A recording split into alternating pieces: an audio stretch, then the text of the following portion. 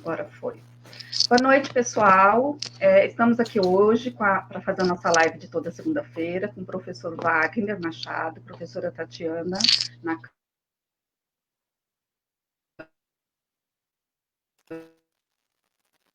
Wagner, falando ali dos Estados Unidos hoje. E a ideia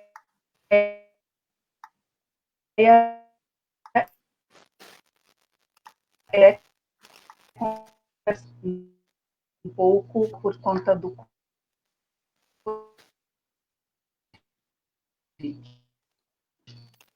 melhor. Estava dando uma travadinha, mas agora tá legal. Eli, eu também não escutei praticamente nada do que você falou. É coisas dessa época, né? Eu cumprimentei a todos vocês e perguntei se vocês queriam se apresentar. Ah, tá bom. Ah, obrigado, sim, acho que sim. Começa tarde. Deixa eu ver.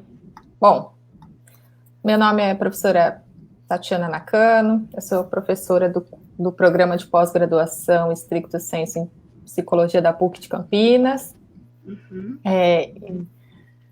Agora estou atualmente como Visiting Scholar na Universidade da Califórnia, no campus de Berkeley. Eu tenho trabalhado com as temáticas dentro da psicologia positiva, né, mais especificamente com a questão da criatividade em crianças e adolescentes. Trabalho também com a questão das competências socioemocionais, inteligência, superdotação, com bastante foco na área de avaliação psicológica, né? E o que mais? Acho que é isso.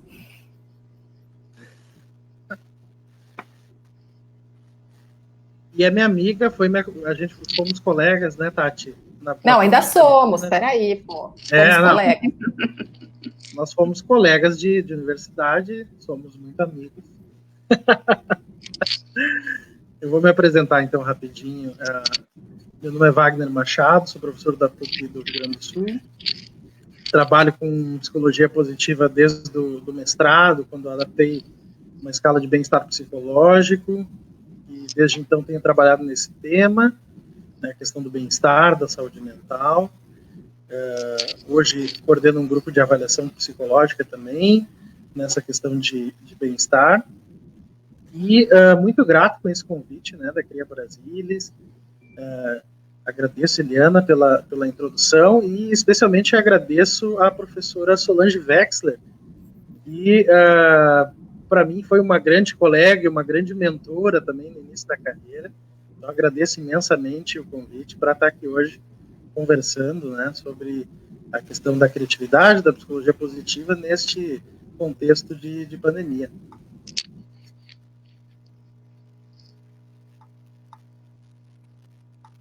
A gente continua, eu posso dar início? Fica à vontade. Tá bom. E só lembrando, né, acho que o pessoal vai mandando algumas perguntas, né? Acho que a gente pode, eu e a Tati, a gente vai ficar conversando um pouquinho e o pessoal pode ir mandando perguntas e a gente vai ou respondendo junto ou mais para o finzinho, também pode designar um tempo para isso. Bom, então, eu vou dar início. Eu quero dizer que desde o começo dessa pandemia a gente ficou muito assim, preocupado, né, com os reflexos desse período na saúde mental das pessoas, né? Então, foi algo que me mobilizou bastante, no sentido de tentar auxiliar nesse período, que a gente sabe que é um período de adaptação, né, muito grande, em que as pessoas não vão responder da mesma forma, né, a esse momento. Algumas pessoas sentem mais a questão de estar em casa, de mudar muito a rotina de trabalho, né? E de certa forma também na questão de como lidar com esses estressores novos, né? O medo de se contaminar, toda a questão da mudança também econômica, né? A gente está vendo aí também, né, cada região que tem respondendo diferentemente, de acordo com os recursos humanos, econômicos, a essa situação, e isso também é uma fonte de estresse. Então, a gente buscou desenvolveu uma cartilha, vou falar sobre a cartilha rapidinho, de enfrentamento ao estresse. Foi uma experiência muito legal, foi um trabalho também com a professora Sônia Nuno, da colega da Tati, lá na PUC Campinas, né?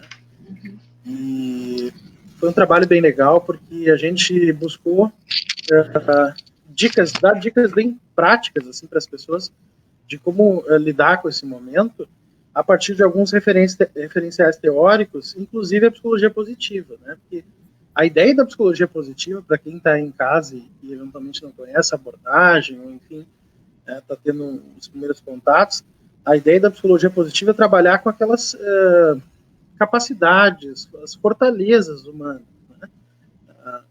Com aquilo que, digamos assim, é o lado saudável do ser humano, da sua experiência.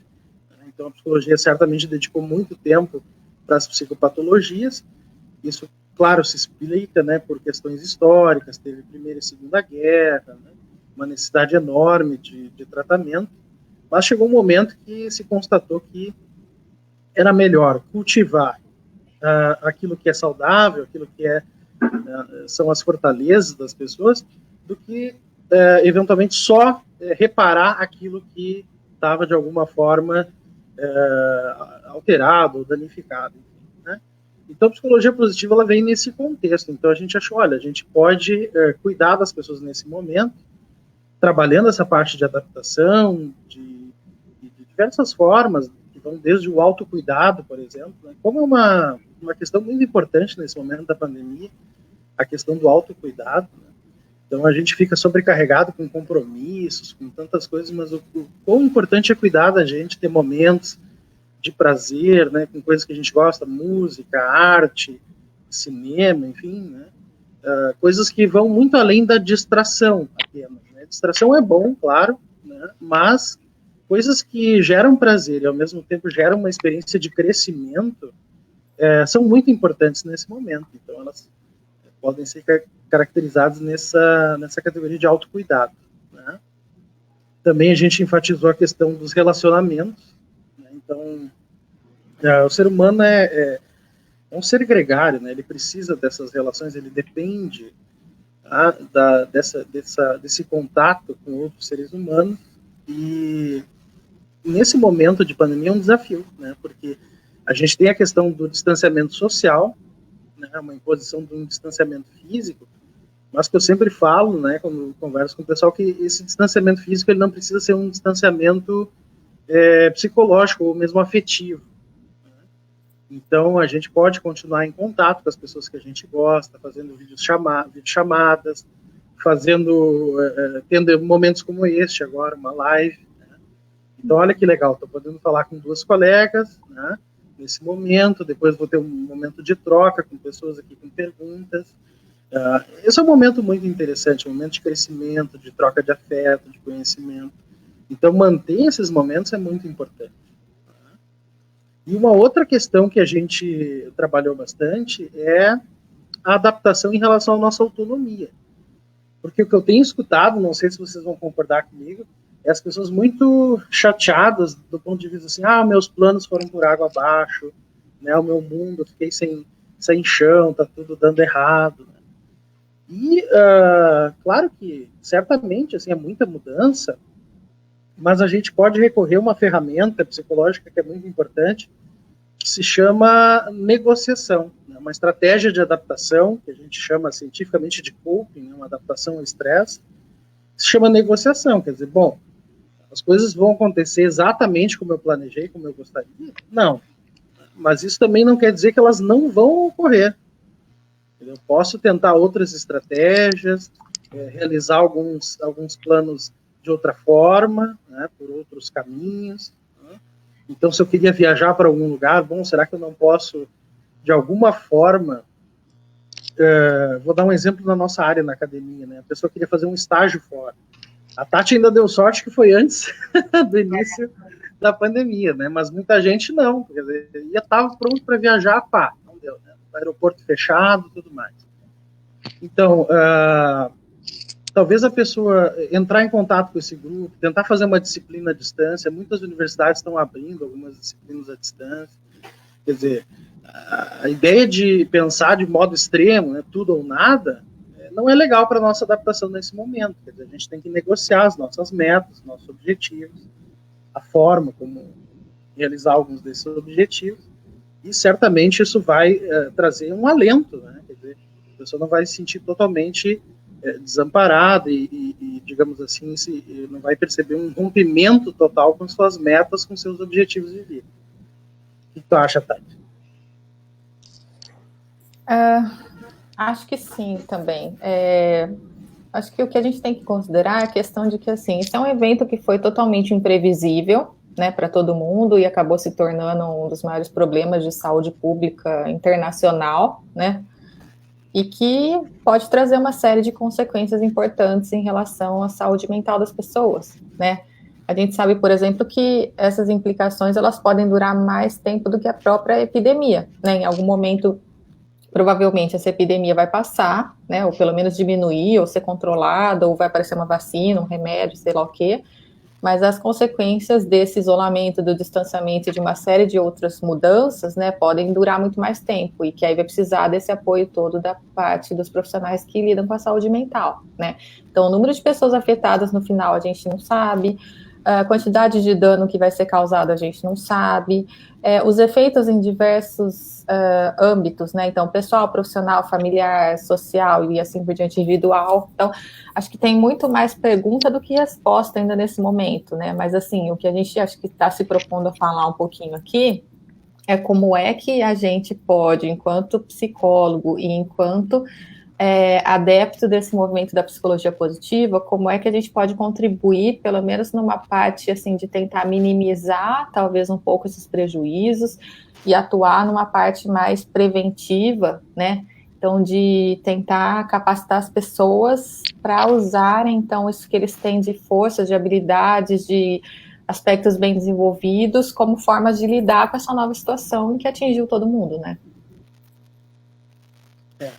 E tu sabes que a gente tem discutido bastante a questão da resiliência. Uhum. A resiliência é um tema muito investigado desde os primórdios da psicologia positiva. Eu brinco assim, desde antes da psicologia positiva se chamar psicologia positiva, porque as pesquisas de resiliência elas começam no final da década de 60, início da década de 70, e tinham como objetivo descrever como que crianças que moravam, né, viviam em ambientes muito assim negativos, né, ambientes de risco, vamos chamar assim, né, como que elas muitas vezes apresentavam um bom desempenho, ou seja, iam bem na escola, não tinham problemas de comportamento graves. Isso começou a chamar a atenção, né, desses pesquisadores, e as primeiras hipóteses era que existiam indivíduos resilientes, né, essa ideia de que certos indivíduos eram invulneráveis, resistiam a qualquer situação. E é interessante ver o desenvolvimento da pesquisa em resiliência, que, na verdade, não, quer dizer, são muitos fatores que contam para a resiliência. Então, a questão da gente passar por esse momento de estresse, né? A resiliência é um conceito dentro da física, é a ideia do quanto os materiais sofrem uma deformidade e depois voltam, digamos assim, para o seu estado original. A gente sabe que na experiência humana não é bem assim, a gente não volta ao seu que era, né, depois de um evento estressor, de um evento de vida negativo. Mas, digamos assim, manter, né, o seu nível de saúde mental, né, isso que é considerado resiliência. Então, o desenvolvimento da pesquisa nessa área levou a crer que os fatores que colaboram para a resiliência são muitos.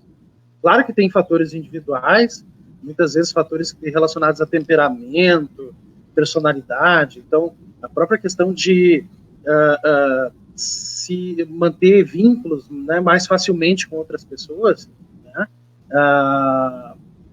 é uma coisa que muito tem a ver com o nosso temperamento, por exemplo. Né? Agora, tem outras questões que dizem respeito, por exemplo, às pessoas, né, o nosso questão de rede de apoio, né, comunidade que a gente está inserido, a nossa família, né? Habilidades que podem ser aprendidas também, né, ou exercitadas. Uma delas é a criatividade, né?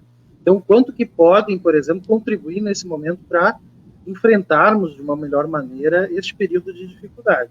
Né? Então, a resiliência hoje é entendida como um fenômeno multifatorial, multidimensional, é muita coisa em jogo. Por isso que eu digo a importância das relações, né? A gente manter proximidade afetiva com as pessoas que a gente gosta.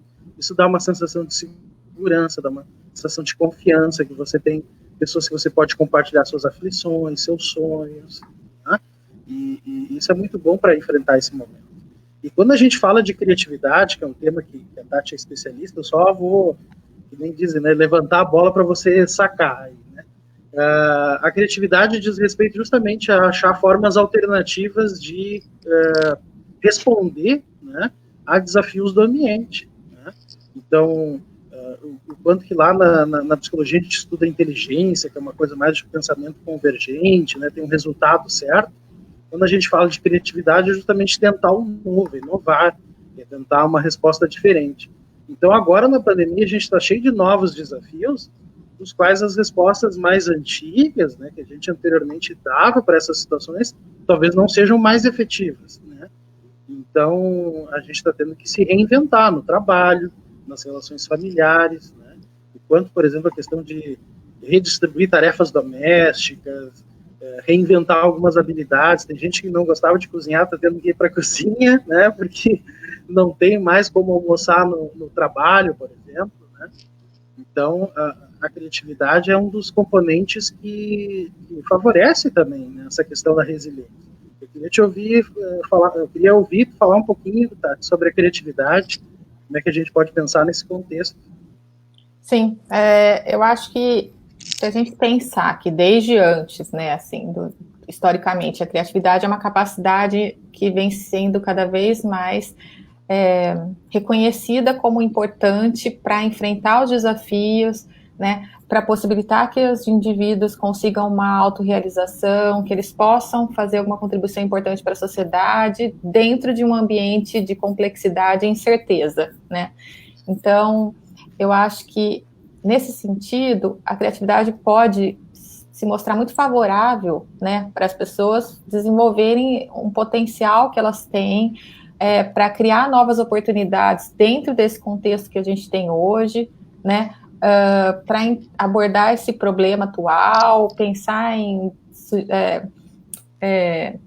mudanças futuras, né? Então a gente tem que pensar no sentido de criatividade coletiva de todo mundo, né? Não mais uma criatividade individual, ela deve ser uma habilidade incentivada para todos, né? E cada vez mais importante de ser promovida, né? Então a ideia é que a pessoa criativa, quer dizer, todo mundo tem um potencial criativo, né? Você tem que explorar isso, né? Não é, lembrando que não é aquela coisa só relacionada a grandes gênios ou a área das artes, né? Então eu sempre falo que a gente não pode falar de criatividade no singular, mas a gente deve falar de criatividades, né? Eu posso ser muito boa, por exemplo, como o Wagner falou, para inventar comidas novas, né? Então, de repente, estou lá em casa, de última hora, descubro que eu vou receber uma visita, não tenho nada preparado, eu pego os ingredientes que eu tenho em casa e faço uma nova comida. Isso também é ser criativo, né?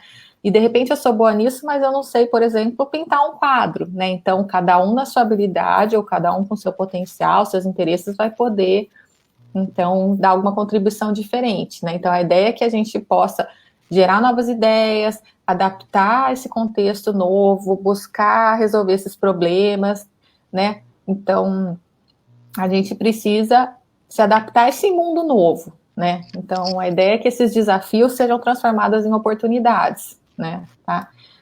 E a questão, assim, também, é que a criatividade, ela vem muito relacionada à questão do bem-estar individual, né? Então, ele é uma característica importante, né? Tanto para o desenvolvimento pessoal quanto social, né? Então, para o desenvolvimento, ela tem uma relação bastante positiva com a questão da saúde mental, né? Então, a criatividade, ela pode influenciar a pessoa a ter melhores estados emocionais positivos, que eu acho que é uma coisa bastante importante agora, nessa situação, né? Então, a gente precisa pensar nisso. Então, se você for começar a analisar quantas mudanças aconteceram na vida de todo mundo desde que essa pandemia começou, né? Vamos pensar, por exemplo, na própria questão do contexto educacional, né? Então, os professores estavam acostumados com um tipo de ensino, né, aquele dentro da sala de aula, presencial, e agora, de repente, tudo virou remoto, online, você não tem mais o apoio, por exemplo, dos livros didáticos, talvez, que você tivesse, né, para as próprias crianças, o quanto isso mudou, né, a questão de não ter o professor ali presente, não estar na sala de aula, não ter intervalo, não ter aula de artes, não ter aula de música, de dança, etc., né, e os pais que se viram, de repente, obrigados a fazer essa tutoria, né, substituindo muitas vezes os professores. Então, não dá para negar que, por exemplo, nesse contexto específico que eu estou falando, quanto a criatividade foi exigida de todo mundo, né? Então, aquele modo antigo de fazer não funciona mais para ninguém, né? Então, e aí a gente está tendo que se virar, né? E acho que aí nesse sentido, usar a mesma criatividade, né? Como é que eu posso agora fazer aquela mesma coisa que eu fazia num contexto totalmente diferente, né? No contexto organizacional, a mesma situação, né? Então, você ia lá e trabalhava, às vezes no escritório, em algum lugar, num prédio físico, com contato direto com outras pessoas, e agora existe o trabalho de casa, né?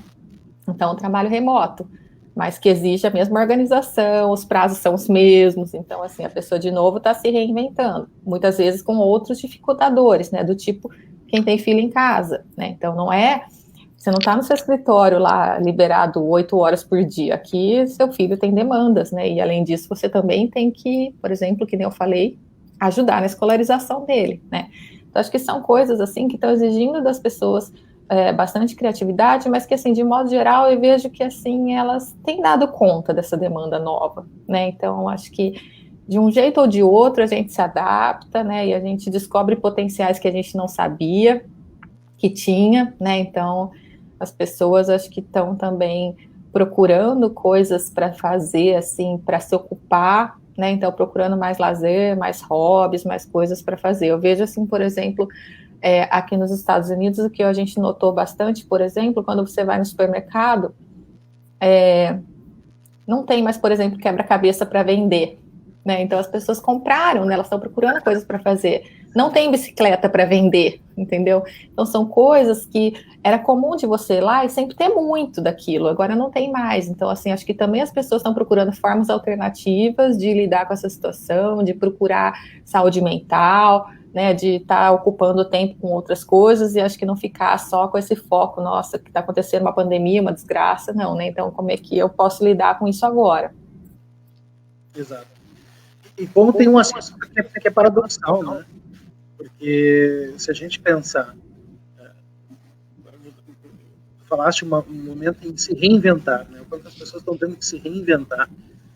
Isso é paradoxal, né? Porque um evento, a princípio, negativo, obviamente, né? Uhum. Mas que levou as pessoas a desenvolverem novas habilidades.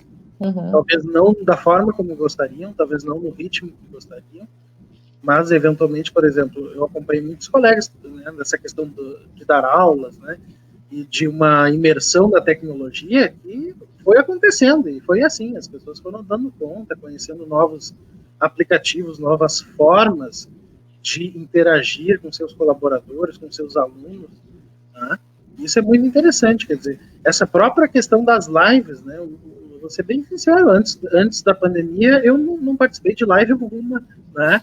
E o quanto a gente vê que é uma experiência muito bacana, porque você consegue conectar pessoas que estão em lugares, né, distintos, num formato flexível, as pessoas podem acompanhar na hora e fazer perguntas, podem acompanhar depois, porque fica gravado. Quer dizer, toda uma redescoberta, né, de estratégias, de plataformas, que é muito interessante, né? E acho que também esse se reinventar também nos papéis, né? Então, a gente estava falando de assumir novos papéis em casa, os pais que passam também a serem tutores da educação dos filhos. Isso era comum, talvez algumas décadas atrás, né? Alguns dos pais, dos cuidadores, especialmente a mãe, assumia um pouco esse papel. Hoje, com um mundo tão dinâmico, as mulheres no mercado de trabalho, não é? O quanto que talvez esse papel tenha ficado um pouco de lado e agora, por conta dessa necessidade, tenha voltado essa necessidade de observar, né, os filhos estão fazendo lá os temas da escola, tudo mais. Acho também uma valorização dos professores, que é interessante também. Mas essa questão de se reinventar é fundamental. E essa questão da criatividade, então procurar formas diferentes, eu acho que isso remete tanto à questão da autoexpressividade humana, que é tão importante, né?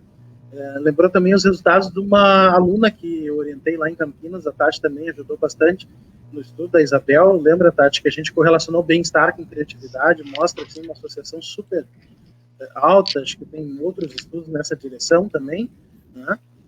Ou seja, tem um componente aí de autorrealização que é muito importante, né? Então, mesmo sob condições difíceis, sob condições adversas, o ser humano, justamente nesse momento, mostra suas capacidades, né, de superar esses desafios, esses fatores adversos. Muito interessante porque, de novo, né, muitas vezes as pessoas podem ter uma dificuldade em fazer isso sozinha, mas nada que um bom suporte não ajude. No caso da educação, eu observei isso. Alguns professores, às vezes, tinham uma certa limitação, não sabiam usar alguns softwares, algumas plataformas, mas rapidinho, depois com o apoio de colegas, né, e a gente está falando de novo da questão do suporte social, depois davam conta, quer dizer, né, uma pequena explicação, um pequeno auxílio, davam conta de... Hoje estão aí produzindo vídeos, usando as plataformas, é muito interessante. O pessoal que até não gostava de redes sociais e tal, agora está se reinventando. Quer dizer, essa questão de dar um novo sentido. E a questão da autorrealização é algo que tem me interessado já há algum tempo, assim como o plano de pesquisa, e algo, claro, né, que recentemente eu revisei a literatura para fazer uma conversa com os alunos e lembrei da questão vi nessa revisão e também pude revisitar a questão do sentido de vida, do propósito de vida, né? Até conversei com eles a diferença entre propósito e sentido, foi bem legal, né? O sentido muito mais como essa narrativa autobiográfica, né? Como a minha vida se conecta, meu passado, meu presente, meu futuro, e o propósito mais como esse alvo, né? Um lugar que eu quero chegar, né? Uma direção que eu dou para a minha vida. E o quanto na pandemia eu vejo também que isso faz muita diferença na forma como as pessoas lidam com esse momento. As pessoas que conseguem criar sentido, né, justamente essa expressão, criar sentido nas situações do dia a dia. Então, que vem essa pandemia justamente como uma oportunidade de refletir sobre os seus hábitos. Tem pessoas que estão redescobrindo o valor de ficar com a família mais tempo, talvez não depositar toda a energia no trabalho, né, ou reorganizar essa questão. Tá vendo o quanto também faz falta, né? A gente está, de certa forma, meio que obrigado a ficar distante de alguns familiares, né? O quanto isso é doloroso, talvez isso faça a pessoa ressignificar o quão é importante estar junto, aproveitar melhor esses momentos, dar outro sentido. E a questão do propósito também é interessante, porque eu vejo pessoas que continuam a fazer planos de vida. Então, olha, quando terminar essa pandemia, eu vou fazer tal coisa, eu vou retomar os meus estudos em tal questão, eu vou reinventar o meu negócio, de repente até está com um período, né, difícil com a questão dos negócios, mas já está pensando assim, como se reinventar futuramente, como reajustar. Então, essa é uma questão que é fundamental, né? Seguir fazendo planos futuros, conectando esse momento com a sua vida, quer dizer, as questões que você está tendo a oportunidade de se reencontrar com seus familiares, com o seu próprio trabalho, né? É uma oportunidade única que você pode ficar lá numa postura mais negativa, só reclamando, e talvez desejando que as coisas mudem num plano que você não tem controle, né? A pandemia está aí, como a Tati falou, é muita incerteza, né? A médio, curto prazo, né? Mas o que a gente tem certeza? Bom, a gente tem certeza que isso em algum momento vai passar, e o que você vai fazer quando isso passar? Essa é uma questão interessante, né? A questão de dar um sentido, manter propósitos de vida, isso é muito importante para, neste momento, não ficar perdido, que é aquela questão. Um barco à deriva, qualquer maré serve, qualquer vento serve, né? Agora, quando a gente tem um sentido muito claro de onde a gente quer chegar, né? Que direção a gente quer dar para a nossa vida, isso ajuda a gente a encarar esses momentos adversos, as situações adversas. Então, o sentido de vida também está sendo, assim, uma das variáveis que eu observo que mais faz diferença na forma, né, se as pessoas têm um enfrentamento mais positivo ou não dessa situação agora. Eu acho que, continuando essa questão do bem-estar, né, uma coisa, o que as pesquisas têm mostrado é que essa relação, por exemplo, entre criatividade e bem-estar, as duas habilidades em conjunto podem ajudar as pessoas a desenvolverem e realizarem os potenciais que eles têm, né? Então, quando você promove a criatividade, você acaba promovendo um resultado positivo no bem-estar e vice-versa, né? Então, o bem-estar também aumenta a criatividade, e a criatividade pode beneficiar o bem-estar. Quando a pessoa, por exemplo, vivencia afetos positivos, então ela interpreta situações dentro de uma ótica positiva, né? Então ela tenta tirar proveito daquilo, isso também pode aumentar a criatividade, o processo de resolução de problemas, o pensamento divergente e, consequentemente, também o bem-estar, lógico, né? Então, como você falou, se ela começar a achar que tá tudo ruim, então, né, aí acho que a saúde mental fica cada vez mais comprometida, né? Então, se você, por exemplo, tem essa capacidade de encontrar soluções novas para os problemas que você está enfrentando naquele momento, isso favorece também, por exemplo, o manejo do estresse, né? E aí você lida melhor com essa situação estressante, e isso acaba influenciando de uma forma positiva no bem-estar, né? Então aumenta, né? Então, a criatividade nesse sentido, acho que ela pode ajudar as pessoas a aprender a criar novos significados para situações, ajudar as pessoas a processar esses pensamentos, essas emoções que são difíceis nesse momento, né? Pensando em como gerar outras soluções, visualizar um futuro que, como você disse, nem sempre é aquele que a gente pensou, né? Mas tudo bem, diante disso, como pode ser agora, né? E aí visualizar esse futuro de uma forma positiva, né? Então, eu acho que pensando em como fazer isso baseado nos recursos que eu tenho, né, nos meus recursos pessoais, em comportamentos mais saudáveis ou mais adequados, né, que eu posso adotar de agora em diante, e que isso, consequentemente, vai melhorar o meu bem-estar, né? Acho que isso são coisas importantes para a gente pensar também. Eu acho que uma coisa importante da gente falar também, que isso não dá para negar, assim, eu acho que, infelizmente, né, a gente está tendo essa demanda, mas muitos profissionais dessa área da saúde mental ainda não estão preparados, né, para lidar, né, com a questão relacionada a situações de desastres, crises, pandemias, etc., né? Então, do mesmo jeito que a gente falou que muita gente foi pega de surpresa, os próprios profissionais também foram, né? Então, se a gente pensar, por exemplo, eu busquei alguns exemplos, né, de formações que já existem em outros locais, né, que foram baseadas em experiências prévias, por exemplo, a história do SARS, do H1N1 e outras várias pandemias, né, ou surtos que a gente já vivenciou, né, e que os países aproveitaram isso para tentar, então, capacitar as pessoas, né. Então, por exemplo, a American Psychological Association, ela criou desde 1992 um comitê, né, que é o Disaster Response Network, né. Então, a ideia era que você conseguisse juntar psicólogos interessados em servir as comunidades, de repente, numa situação de desastre, né, e aí ela incentivava os países a desenvolverem seus próprios programas de apoio psicológico, né.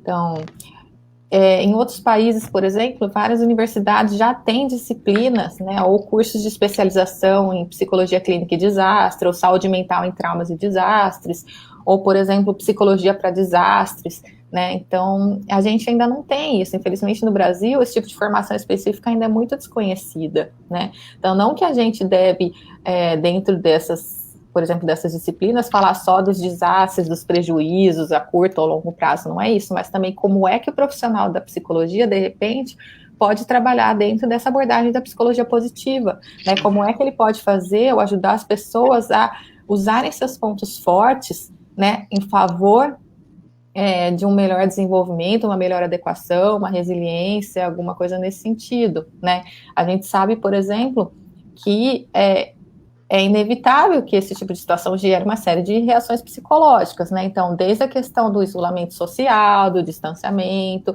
né? Então, cada um vai reagir de um jeito diferente, né? Então, vai ter, por exemplo, aquelas pessoas que começam a de uma forma bastante exagerada, né, a demonstrar, por exemplo, comportamentos específicos de prevenção, né? Então aí é o momento que você vê que começa a faltar álcool gel, papel higiênico, item de limpeza, então as pessoas começam a estocar, né? Então, numa tentativa desesperada de achar que elas estão, de algum jeito, preparadas ou ter um suporte, sei lá.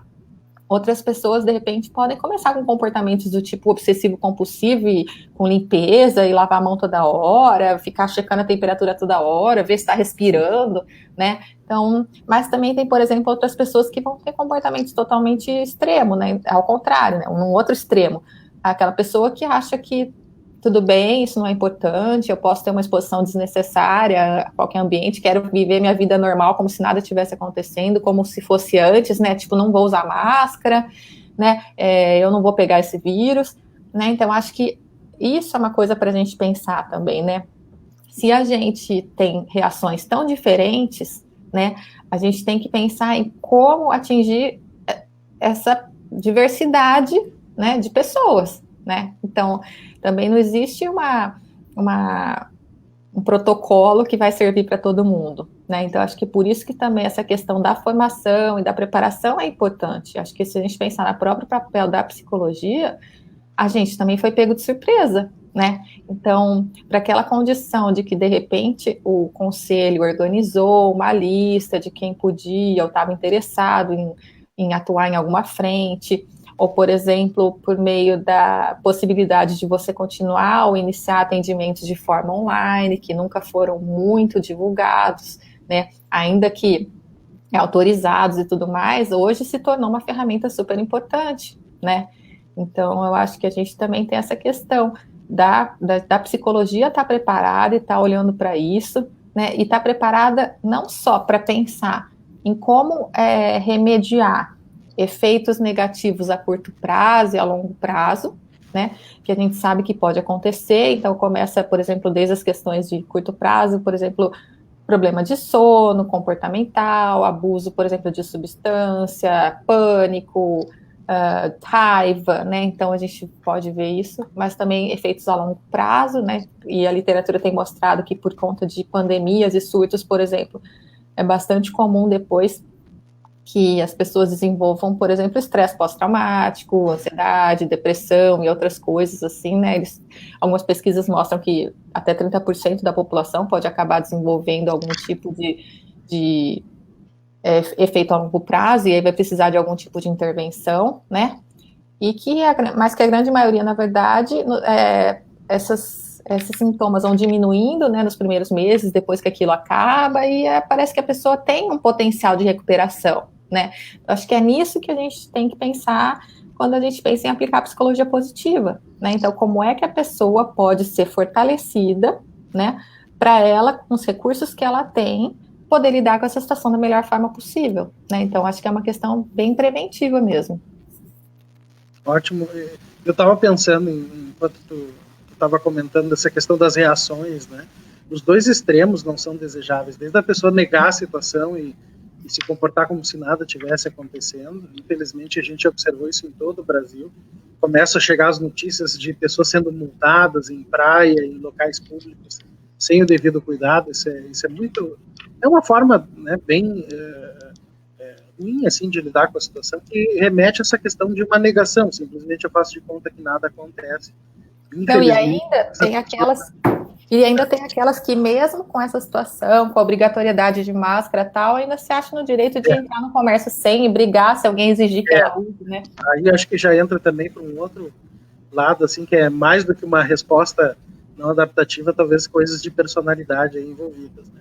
Mas o que eu penso assim, quer dizer, muitas vezes as pessoas que negam, em algum momento, infelizmente, a realidade vai chegar, e pode chegar de uma forma muito dolorida, algum familiar, alguém conhecido, né? Ou ele mesmo, uma vez, né, estando hospitalizado. Da mesma forma que um comportamento hipercompensatório, como essa coisa de estocar papel higiênico, álcool em gel, em função do medo, né? O medo meio que deixa a gente paralisado. Né? E eu acho que pensando na psicologia positiva, em intervenções nesse sentido, eu lembrei da importância do traço esperança a gente trabalhar, né? E na perspectiva assim mais comum, né, do dia a dia, as pessoas têm uma percepção da esperança como algo passivo, né? Eu simplesmente vou esperar que o melhor aconteça. E a gente tem visto nas pesquisas sobre esse construto, e a esperança, ela tem um componente ativo importante, quer dizer, o indivíduo fazer, né, seguir suas rotas, os seus planos, esperando que o melhor aconteça. Então, isso é muito positivo, quer dizer, se a gente conseguir despertar as pessoas, sim, quer dizer, você quer que a pandemia termine, você quer que isso... siga as instruções de cuidado. Certamente você vai estar colaborando da melhor forma para que o melhor aconteça. Então, seguir as instruções de cuidado, de higiene, né, de forma adequada, quer dizer, nem demais, né, de uma forma assim, quase obsessiva, mas de uma forma adequada, cuidando de si e dos outros, e esperar que o melhor aconteça, porque é isso, se nós agirmos de forma coordenada, em algum momento isso vai passar, a gente vai conseguir ultrapassar esse momento negativo. Então, a esperança é algo que é muito importante nesse momento. E uma outra questão, que tu disseste dessas alterações de sono, de humor, de tudo mais, uma coisa também que eu noto é a questão da concentração, né? Então, muitas vezes a gente está numa atividade, seja aula, seja uma live, que nem agora, e a gente, em geral, tem um monte de estímulos que vão competindo com a nossa atenção. E algo que eu tenho visto que tem um efeito assim, muito importante, né, nessa questão é a meditação. Então, a meditação, eu tenho lido algumas coisas sobre meditação que chamam mindfulness, né, que tem muito a ver com esse treino da atenção para o aqui e agora, para o momento, né, viver sempre o momento presente. Ela é muito importante, porque justamente vai auxiliar o indivíduo a se organizar, não vai ficar tão ansioso pensando sempre, porque às vezes a gente está sempre com a cabeça lá na frente, né? O que vai acontecer amanhã, o que vai acontecer depois, mas não dá conta das tarefas que você tem imediatamente, quer dizer, o amanhã depende do que você fizer hoje. Então, se você conseguir tocar os seus projetos hoje, né, fazer as suas atividades hoje, é muito provável que o amanhã seja, né, um reflexo disso. Então, tá focado no aqui e agora, e aí a questão do sono também, muitas vezes a gente perde o sono, se preocupando de forma exagerada com coisas que ainda a gente nem aconteceram, que a gente não tem muito controle, né, e foge essa percepção do aqui e agora. Então, meditação é uma ferramenta que tem sido muito utilizada, uma ferramenta muito potente, né, nesse cenário, para esse sentido, quer dizer, é um treino de atenção, mas quando você vê, tem efeitos em muitas áreas da vida do indivíduo, é muito mais só do que um treino de atenção. É um treino de manter o foco no momento, é um treino de organizar as coisas, é um momento de estar presente. Às vezes a gente fala, né, as pessoas estão no trabalho, estão com a cabeça em casa, no filho, na família. Estão na família, estão preocupados com o trabalho, com o prazo, que não sei o que. Quer dizer, você está em cada momento vivendo e focado naquele momento, traz benefícios para a nossa saúde, né, que são muito amplos e que vão até a regulação do sono, que é muito importante nesse momento também. A gente sabe que um sono adequado, ele tem todo um papel de reestruturar desde as nossas células, né, questão cognitiva, os conteúdos, irem para a memória de forma adequada. Então, o sono, tem até estudos longitudinais que mostram que o sono tem um papel importante na regulação do nosso humor. Quer dizer, e a gente vê isso cotidianamente, as pessoas ficam irritadas ou mal-humoradas depois de uma noite mal dormida, de uma sequência de noites mal dormidas, e depois parece um efeito cascata, quer dizer, a atenção não fica boa, a pessoa fica com uma impressão de que não consegue dar conta, isso vai gerar mais preocupação, aí quando vê ela não está dormindo bem de novo porque está preocupada com o seu rendimento, né? Então, cuidar do sono nesse momento é muito importante. Então, meditação é algo que tem sido muito eficaz nesse sentido. Recomendo fortemente, assim, né? Tem algumas técnicas que a gente encontra, às vezes até em YouTube, coisa, claro que o ideal é ter um profissional, um tutor, né? Mas alguns exercícios a gente pode até tentar, e aí se você gostar, procure um profissional, procure alguém especializado que pode te ajudar, assim, muito nesse sentido, né? São técnicas que justamente é isso, né? Tentam fortalecer o nosso lado assim, adaptativo, das nossas, né, fortalezas, para justamente enfrentar esse momento da melhor forma. A gente sabe que não é fácil, né? E agora a gente está num período bem da coisa cumulativa, né? No início é porque era novidade, era diferente, era uma reorganização. Agora as pessoas estão começando a cansar porque é muito tempo, né? Sem sair de casa direito, sem ver as pessoas que gostam.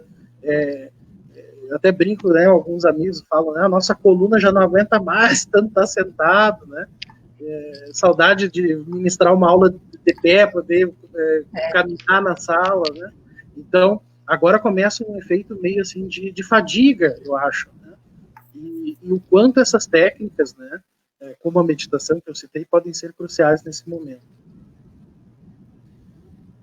Eu acho que a gente tinha aproveitar um pouquinho, mais ou menos até esse horário e de repente abrir para perguntas. A gente tem perguntas, segue o papo. Do que a maestra aí, Helena? Eu ia aproveitar agora o gancho que você deu para acrescentar algumas perguntas e algumas coisas minhas mesmo que eu estava observando aqui. Tem pessoas que estão assistindo a gente, ou que vão assistir depois, que não são necessariamente da psicologia, né? E nós temos também cursos de psicologia que a gente sabe que não trabalha tanto a questão da psicologia positiva. Então, talvez interessante falar um pouquinho de tudo que abarca essa questão da psicologia positiva. A Solange comentou aqui também o quanto que vocês falaram da esperança, da solidariedade. A professora Tatiana, a gente sabe que ela tem trabalhado com as competências socioemocionais. Tem publicações na área, né, com relação à questão da saúde mental em épocas de pandemia. Então, talvez falar um pouquinho disso, das pesquisas que vocês fizeram, ou das publicações que vocês fizeram mais acadêmica, e também da cartilha. Eu sei que o Wagner fez algumas coisas lá do Sul, né? Você está com uma equipe lá bastante ativa também, né, nessa época. Eu acho que é isso. Tem alguns comentários aqui dizendo, inclusive dos alunos, né, quando a professora Tatiana estava falando do quanto está tendo que se reinventar em épocas de estudo, cuidar dos alunos, né, estão dizendo aqui que algumas alunas até que eram um pouco mais tímidas, e que nesse sentido online é melhor, mas um pouquinho disso, falar um pouquinho para que de repente não entende tanto o que é positiva, ou quais outras estratégias que vocês têm trabalhado, né? Pode falar, Wagner. Então tá, acho que eu vou começar por essa distinção, pode ser, e aí depois a Tati entra na questão das competências socioemocionais. Então, primeira distinção, né? Por que psicologia positiva? Ela pressupõe uma psicologia negativa? Não, não é nada disso. Então, assim, isso é a confluência de fatores históricos dentro da psicologia, tá? Como eu falei para vocês, a psicologia, ela surge, né, não necessariamente na questão focada exclusivamente no tratamento, tanto é que muitos autores lá, se for olhar, por exemplo, o próprio Binet lá da inteligência, né, ele tinha todo um plano científico, inclusive, de criar, eles chamavam de uma espécie assim, de treino cognitivo, treino da inteligência, né, nesse sentido. Então, não tinha só um caráter reparativo, né, a psicologia, ela também tinha como objetivo criar habilidades, identificar pessoas com altos talentos, que é também uma área de pesquisa da Tati, né, pessoas com altas habilidades, talentos. Né, então, mas o que acontece? Historicamente, você tem, né, as duas grandes guerras, e aí há uma questão muito importante de direcionar esforços e recursos financeiros para o diagnóstico e tratamento das psicopatologias. Então, essa questão histórica fez com que a maioria da pesquisa que se produzisse, especialmente no século XX, tivesse como alvo a questão da psicopatologia, certo? Ou seja, daquilo que não vai bem com as pessoas. E aí, na virada do século XX para o século XXI, né, alguns autores reuniram pesquisadores, né, o Martin Seligman, o Mihaly e outros, eles reuniram pessoal e que já vinha trabalhando, até se a gente vê, tem trabalhos na década de 70, 80, os próprios humanistas trabalhavam já com temas assim, sobre, né, o lado saudável do ser humano, mas que na virada do século resolveram reunir esforços, reforçar a questão da pesquisa empírica, da base empírica, certo, dessas teorias, e gerar um movimento que a gente chama de psicologia positiva, ou seja, a psicologia positiva ela não tem por objetivo desconsiderar tudo que a psicologia já desenvolveu em termos das psicopatologias, o seu tratamento, diagnóstico, mas também fazer o diagnóstico, ou seja, o entendimento das qualidades humanas, né, das nossas fortalezas, das nossas características que levam a um melhor desempenho, adaptação. Então, digamos assim, é um complemento do que já vinha sido feito na psicologia em todo o século XX, certo? A outra questão, né, tu falaste das cartilhas, a gente está com uma força-tarefa chamada Psicovida.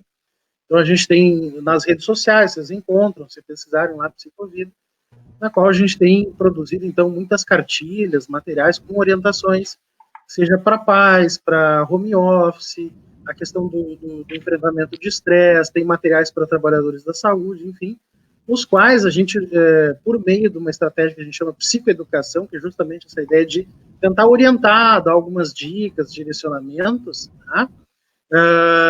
Fornecer algum tipo de auxílio nesse momento, né, tão difícil. Claro que as pessoas que estão passando por um sofrimento assim mais, digamos assim, importante e persistente devem procurar ajuda especializada. Hoje já existem canais aí para atendimento de psicólogos, psiquiatras, né, e outros profissionais nesse contexto de distanciamento social via mediação online, mas a gente com essas cartilhas da Psicovida tenta então fornecer um suporte importante nesse momento, que é justamente uma tentativa preventiva, ou seja, antes de o problema, muitas vezes, né, surgir, né, nesses indivíduos, eles poderem já ter alguma informação de como lidar com essa situação toda de pandemia, né, e ao mesmo tempo ir construindo já estratégias positivas para evitar justamente as estratégias que não são muito adaptativas. Então, esse é o nosso trabalho principal lá, com psicoeducação na Psicovida, nessa força-tarefa, que conta com pesquisadores hoje aí, né, de várias universidades do Brasil, universidades do exterior também, né, e muitos alunos, profissionais, pesquisadores. Está sendo uma experiência muito bacana.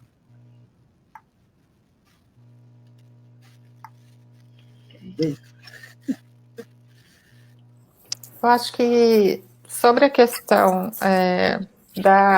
das competências socioemocionais, acho que tem uma coisa importante da gente pensar, é que, assim, durante muito tempo, a educação, por exemplo, priorizou só a questão mais cognitiva, né, nas habilidades acadêmicas, habilidades cognitivas, a questão da inteligência, né, e esqueceu um pouco esse lado mais social e emocional dos alunos, né.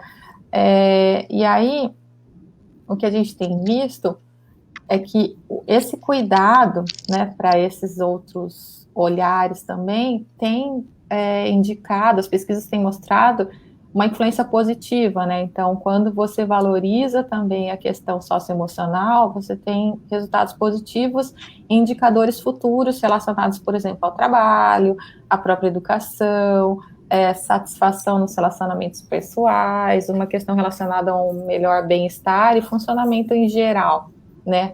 Então, a ideia é que as pesquisas começaram a mostrar que não adianta olhar só para um ou só para outro, né? A combinação entre as duas coisas, a questão emocional e a questão cognitiva, que é importante para formar as pessoas dentro de uma ideia, assim, de um desenvolvimento integral, né?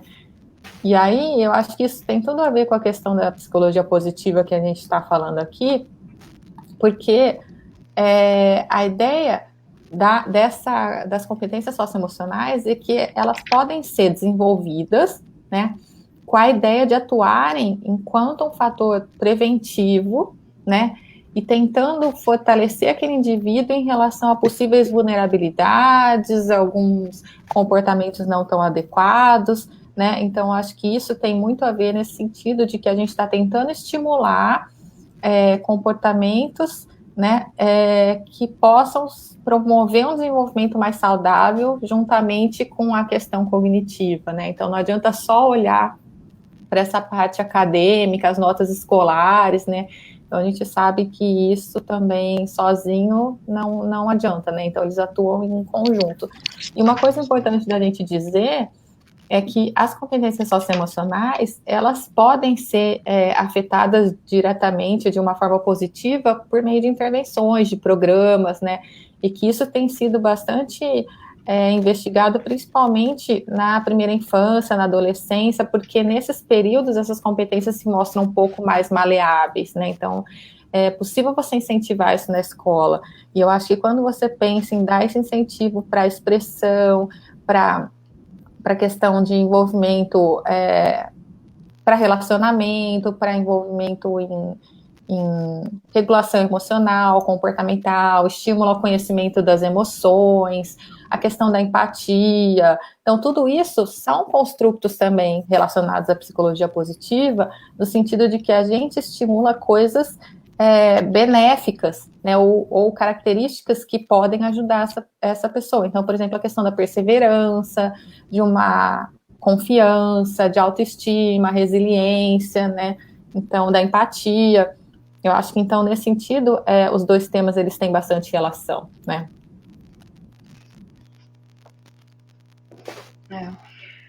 Eu estava ouvindo vocês comentando, e aí me parecem duas coisas, né? Acho que o Wagner que falou isso da valorização, por conta da época de pandemia, do professor. E talvez, em algum momento, a valorização da própria ciência, né? Me parece que quando você sabe que é uma questão mundial, inclusive, não é algo específico, né? De um lugar. E a gente se nega a fazer cuidados simples, que cuida da nossa saúde, cuida da saúde do outro. Em algum momento a gente precisa também retomar a ciência, retomar o valor de algumas coisas na nossa criação, como vocês estão comentando, inclusive, de outros aspectos de personalidade. E aí tem algumas colocações aqui, pedindo para vocês falarem um pouquinho como é que a gente consegue, então, desenvolver essas competências, né? Se vocês têm algumas sugestões. E eu recebi agora, na verdade, um privado pedindo para falar, se puder, aí é mais específico, acho que do Wagner. Quando a gente fala, por exemplo, de algumas características ou de alguns construtos, como a questão da esperança, o quanto a gente consegue trabalhar isso como construto e tirar um pouco, às vezes, do senso comum, que parece algo romantizado ou ingênuo, né? E não de algo que a gente possa trabalhar para o enfrentamento da vida mesmo. Fica com vocês. Tá bom. E responde primeiro. Oi, pode falar. Sugestões. Tá bom. Tá, se eu entendi, é uma questão de como trabalhar as habilidades, né, socioemocionais, que é uma pergunta mais para a Tati, e para mim a questão da esperança, né? E eu acho que vou rapidinho, assim, complementar minha fala, porque eu acho que a gente vem também, essa questão da esperança de uma forma muito passiva, vem muito de novo, assim, uma série de aspectos históricos, culturais, né, talvez até religiosos, né, dessa postura mais passiva, de simplesmente esperar que o melhor aconteça. E aí tem umas pessoas que falam assim, não, Deus ajuda, mas a gente tem que fazer a nossa parte, né? E o que está implícito nisso, quer dizer, sim, você deve contar com o melhor, esperar que o melhor aconteça, mas agir para que o melhor aconteça. Então, a tua implicação, no sentido de agir, de construir o caminho para que o melhor aconteça, eu gosto de usar bastante essa metáfora, né? Como assim? Eu tenho esperança de que coisas boas aconteçam, mas eu sou ciente que eu tenho que construir um caminho até essas coisas, certo? Então, há uma implicação do sujeito, há uma implicação do indivíduo, no sentido de construir esse caminho que ele mesmo vai trilhar, que é muito importante. Então, eu não posso perder de vista, né, e de novo, quanto isso se relaciona também com as coisas que a gente estava falando de sentido de vida, de propósito de vida, mas eu tenho que estar muito consciente que para que as coisas melhores aconteçam, algo eu tenho que fazer, certo? Eu tenho que esperar esse resultado melhor, mas eu tenho que fazer algo. Então, de novo, né, a gente às vezes se depara com essa pandemia, com essa amplitude que tem esse fenômeno mundial, a magnitude que ele tem, mas tem que se lembrar, olha, se você seguir, né, passos que são, às vezes eu fico assim um pouco pensando, né, às vezes, como você citou, Helena, coisa simples, né, usar uma máscara, um cuidado básico de higiene como lavar as mãos, chegar em casa, tirar a roupa, quer dizer, se a gente pensar em outros momentos históricos, né, eu sei que não é muito bom essa coisa de colocar na balança, porque, né, as pessoas que viveram agora não viveram essa época. Mas se a gente pensar em outros momentos históricos, as grandes guerras principalmente, as pessoas já passaram por sacrifícios e provações muito maiores do que usar uma máscara, do que lavar a mão com álcool em gel, né? Então acho que também a gente não pode perder essa perspectiva. Então, confiar que você tomando esses cuidados, né, e de novo, acho que tem um aspecto que é individual e coletivo, quer dizer, você pensar que você está fazendo a sua parte, contribuindo com a sua parte para a coletividade, isso é muito importante. E sim, você deve fazer isso e esperar que a partir disso o melhor aconteça. Agora, é muito irrealista uma pessoa simplesmente só esperar, né, que é acho que o sentido mais coloquial da esperança, quando as pessoas falam dessa coisa passiva, né, que seria até, digamos assim, um contra-efeito da esperança. Muitas vezes a esperança pensada e vivenciada dessa forma, muitas vezes expõe o indivíduo a mais riscos. Então essas pessoas que estão, né, nem aí, achando que não muda nada, que não precisa se cuidar, não, porque comigo não vai acontecer nada, isso não é esperança. Né? Isso é outra coisa, isso é negação, isso é não dar a real dimensão das coisas. Então tem esperança ao contrário, sim, isso vai passar, eu vou passar por isso da melhor forma, eu estou agindo para passar, né, dessa pandemia da melhor forma. E esse sentido de agência do indivíduo, esse sentido ativo, né, do papel do indivíduo na construção dos melhores resultados, que é o que a gente chama de esperança de uma forma científica hoje. Né? Então, a esperança é justamente esse esforço ativo. Então, como a gente pode, digamos assim, fortalecer isso, né? Bom, desde criança, né? Quando as crianças estão lá meio inseguras, né? Tendo as suas primeiras experiências, o adulto cumpre um papel muito importante de mostrar para a criança, olha, faça a tua parte e espere que o melhor aconteça, né? Pode eventualmente não acontecer, mas a criança tem que ter um senso que a parte dela tem que ser feita para esperar os melhores resultados. Então, muitas vezes ela se envolve numa atividade, ela tenta inventar algo novo, tá? Pode não dar certo, mas ela desenvolver esse senso de que ela faz algo esperando resultados positivos é muito importante para o desenvolvimento da esperança. Então, certamente é um traço que pais, educadores, né, tem um papel muito importante para que a criança desenvolva. E acho que isso vai também concatenando ao tema que a Tati vai falar. Quer dizer, essas competências socioemocionais, quer dizer, tem um papel de um corregulador aí, né? Então, para as crianças passarem por esse momento em casa, os adultos têm que ajudar, auxiliar essas crianças, porque as crianças ainda não desenvolveram maturidade emocional, controle do comportamento, quer dizer, toda essa coisa de, agora para a hora do brinquedo, vamos estudar. Né? Talvez num contexto diferente de pandemia, fosse até mais fácil, porque, né, inclusive, as atividades tinham locais diferentes. Agora tudo é a casa. A diversão é na casa, o estudo é e às vezes no mesmo dispositivo, né? O estudo é no tablet, a diversão é no tablet, não sei o quê. Então, acho que é muito mais, requer agora o papel dos adultos em corregular, né, essas crianças e adolescentes.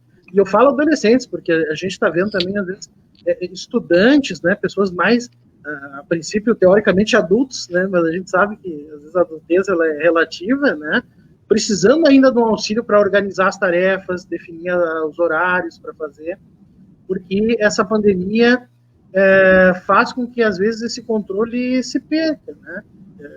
O adolescente tem alguma dificuldade em estabelecer esses limites muito bem para realizar suas tarefas.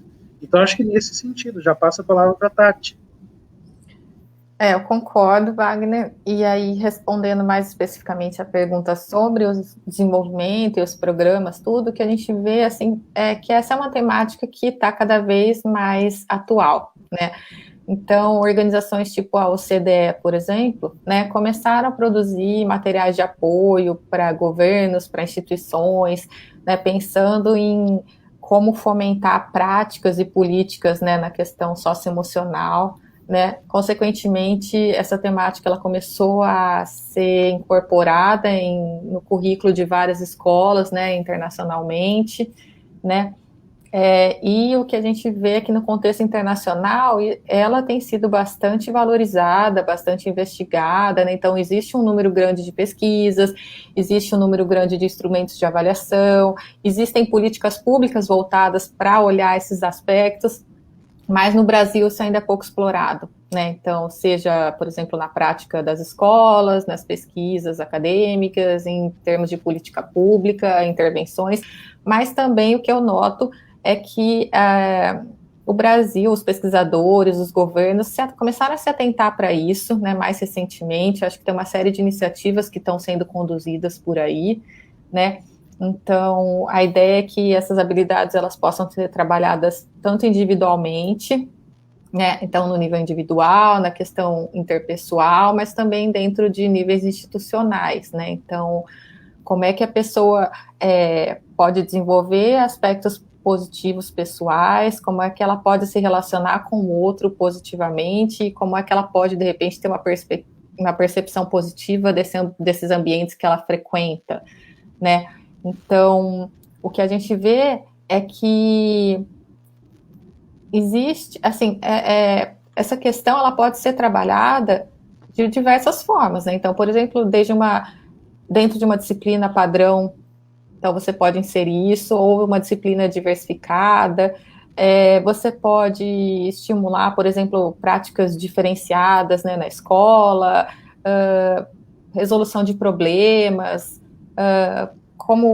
pensar em como aproveitar melhor os recursos disponíveis, né? Então, isso não é uma questão que tem que ser dissociado do currículo padrão, né? Então, geralmente, o que a gente vê quando fala em programas de intervenção ou desenvolvimento, geralmente nas crianças o foco maior é na questão da regulação emocional, como você falou, né? E nos adolescentes as intervenções têm mais um propósito de se voltar à relevância do trabalho em grupo, da motivação, do despertar de uma identidade ocupacional, né? Então, acho que isso também tem a ver. O que a gente vê, por exemplo, quando a gente faz uma revisão dos programas, né, que têm sido desenvolvidos nessa área, é que eles podem focar, por exemplo, desde o próprio sujeito, né, por exemplo, o estudante, mas também pode envolver a família, profissionais da saúde, os professores, pais, cuidadores, a própria comunidade escolar, né, e os resultados têm sido, na maior parte das vezes, positivos, né. Então, você consegue prevenir, por exemplo, comportamentos antissociais, você pode promover melhor competência acadêmica, né, melhor regulação emocional, por exemplo, melhoria nos relacionamentos interpessoais, engajamento dos alunos, né, a questão da proatividade, diminuição da agressividade, ganhos em atenção, concentração e etc., né? Então, acho que os benefícios são bem favoráveis e eu acho que isso... tem, por exemplo, a questão da melhora da autoestima também, né? Então, integração mais na escola, com professores, pais, os pares, né? Então, eu acho que isso é bastante importante e o Brasil começou a se atentar a isso, né? Então, hoje a gente sabe que existem vários programas sendo oferecidos, né, em várias escolas, em vários estados brasileiros, né? E eu acho que a gente ainda vai precisar de um tempinho para poder ter resultados mais robustos, né, sobre essas intervenções, mas certamente as experiências internacionais têm mostrado que elas são sempre positivas, né? Verdade. Não só por conta do fracasso ou sucesso escolar, mas pela própria questão de formação do sujeito, né? É importante priorizar, é importante prestar mais atenção nisso.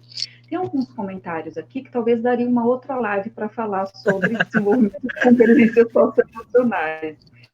Eu vou deixar vocês à vontade para fazer o encerramento da fala de cada um. Se tiver alguma coisa específica aqui que, de repente, vocês queiram, num outro momento, que vocês estiverem com tempo, responder, senão eu vou pedir para as pessoas enviarem comentários direto para vocês, tá bem? Solange está perguntando aqui se esses programas são para professores também ou são só para os alunos. Teve uma outra pessoa aqui que falou também, acho que foi a Gabriela, que comentou que às vezes quando os programas não têm, né, as pessoas que estão desenvolvendo, seja agora o gancho da Solange que falou dos professores, ou de outros profissionais quando é terceirizado de alguma forma, não tem sucesso, e aí talvez isso desmotive a participar, né, a comunidade escolar como um todo, não só os alunos. Fiquem à vontade. Tá, só para complementar e responder, acho que eu já falei um pouquinho sobre essa questão, né, que a Solange perguntou. Os programas não são só para alunos, né, eles são para professores, são para comunidade escolar, são para cuidadores, são para pais, né? Então, acho que ele pode ser oferecido para todas as pessoas nesse sentido de desenvolvimento mesmo pessoal, tá? É que tem sido mais investigado no contexto escolar, né? Por conta, e no sentido de que ele pode ser um fator, assim, de prevenção, né? E no sentido de ser um recurso positivo, de suporte favorável, né? Para um desenvolvimento mais saudável, mais adequado, futuro, né? Então, acho que mais nesse sentido é por isso que se vê mais pesquisas voltadas à questão da educação, mas, por exemplo, essas competências também são super importantes hoje no mercado de trabalho, ou nos próprios relacionamentos interpessoais, né? Então, acho que tem aplicações em diversas áreas, e aí acho que também concordo que, de repente, para falar tanta coisa, a gente precisa de uma outra live. Mas só já aproveitando que eu estou falando, para finalizar a minha parte, né, e depois o Wagner fala, eu acho que dentro dessa temática que a gente se propôs a falar hoje, o que a gente tem visto é que tem vários estudos que têm sugerido que existe uma possibilidade de crescimento como resposta a um evento traumático, né? A gente pode crescer, a gente pode melhorar, a gente pode aproveitar essas experiências que inicialmente parecem negativas, mas que elas podem trazer um crescimento pessoal, né? Então, e nesse sentido, acho que a psicologia positiva, ela pode ajudar as pessoas a reformularem essa experiência negativa, né? Fazendo essas pessoas, por exemplo, refletirem sobre as prioridades de vida que ela tem, reavaliando os valores que guiam a vida dela, né? Dando um novo significado a várias coisas, né? E aí os construtos da psicologia positiva, como a gente enfocou vários aqui, por exemplo, a criatividade, as competências socioemocionais, a esperança, e uma série de outros, coping, resiliência, eles podem atuar como fatores protetivos para a saúde mental, né? Então, eles podem ser aplicados em diversas fases, por exemplo, da crise, da pandemia ou do desastre, então, tanto antes, durante e depois, né? Então, cada um com a sua adequação às demandas de cada fase, mas com a ideia de que a gente possa minimizar os impactos negativos e as consequências mais graves que podem decorrer disso, né? Então, acho que é isso. Perfeito. E só complementando, né? Muito interessante isso que a Tati traz de construir essas competências, né? E o quão interessante é capacitar o que a gente chama de correguladores, né? Pais, professores, porque de certa forma eles são os multiplicadores dessas competências, né? E é isso, né? A gente tem uma ideia que a escola, né, assim como a família, vai educar para a vida, mas educar para a vida é justamente construir essas competências e talvez um foco menor no conteúdo, porque, por exemplo, é importante para a tua vida inteira tu aprender a ser persistente nas tuas metas. Isso vai servir para a escola, vai servir para os teus relacionamentos, vai servir na hora que você estiver educando os seus filhos, vai servir no teu trabalho, quer dizer, em todas as dimensões da tua vida. Por exemplo, a persistência, né? O fato de muitas vezes ter que postergar uma satisfação imediata pensando em algo maior, que você tem que colocar mais energia. Quer dizer, esse é um aprendizado para a vida toda, de fato, né? Muito mais do que às vezes decorar lá uma fórmula da física, da química, alguma coisa assim. Então, muito interessante esse trabalho, e aí eu encerro, né, a minha participação agradecendo imensamente a Quília Brasilis, a Solange pelo convite, dizendo a minha enorme satisfação de estar na presença de vocês, e eu vou ter que dizer especialmente da Tati, que eu tenho um carinho assim, muito grande, foi uma colega daquelas que a gente leva para a vida, assim, né, e a gente agora está distante, e espero muito em breve poder fazer um churrasco para a gente. Eu faço uma carne bem passada para ti, tá, Tati? Obrigada. Amiga é amiga, já sabe até as preferências da gente, né? Sei, claro. E dizer que é uma oportunidade muito legal e poder falar também, né, da força-tarefa, da psicovida, do que a gente vem produzindo, e que acho que é isso, né? A gente está contribuindo para a construção da resiliência, para a construção de habilidades, capacidades que as pessoas vão utilizar para passar da melhor forma por esse período, e por que não, né, trazer o desafio de construir esse crescimento pós-trauma, porque às vezes a dor, ela, em alguns momentos, ela é inevitável, né, mas o quanto a gente pode transformar essa experiência negativa, essa dor, em realmente algo que ressignifique as nossas vidas, isso é muito importante. Agradeço demais este momento com vocês, e até uma próxima oportunidade. Eu também queria agradecer também o convite, a oportunidade, né, especialmente a Eliana por estar coordenando essa conversa, e a professora Solange, né, que também é parceira da vida inteira aí, né, então acho que eu sempre falo, quando alguém pergunta se eu estou aqui hoje em algum lugar, é por conta dela, né, que um dia viu uma sementinha lá na graduação e resolveu investir, né. Agradeço também a Cria Brasilis, também, que eu acho que essas lives estão ajudando a levar discussões importantes, né, para as pessoas. E eu queria finalizar dizendo que eu acho que a psicologia positiva, especialmente nesse momento, ela pode fornecer um olhar para o potencial humano, né, para esse potencial que vai permitir que as pessoas se recuperem dessa fase, que resistam a essa fase da melhor forma que cada um puder fazer, né, olhando sempre para essa parte saudável e preservada das pessoas, né? Então, a gente não está pedindo nada que seja muito irreal, né? Então, o que você tem, que já tem em você, que a gente pode fortalecer, ou que a gente pode usar como suporte para superar esse momento aqui, né? Então, acho que se encaixa muito bem a questão da psicologia positiva nesse momento que a gente está vivenciando aqui. Então, Eliana, obrigada. Solange, Cria Brasilis, foi um prazer.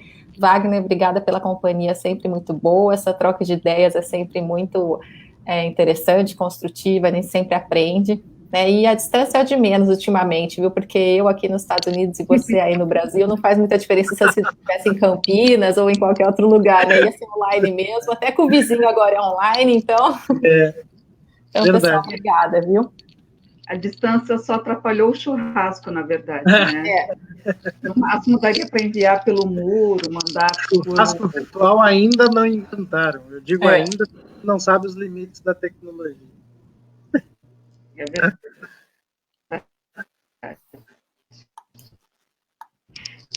Eu só posso agradecer muitíssimo por acreditar que a gente vai ter conta de fazer tudo isso. Obviamente, Solange,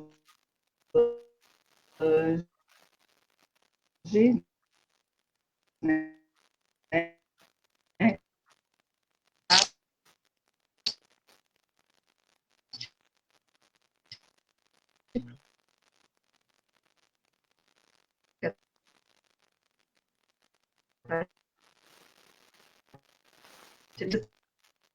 Aqui, sabe?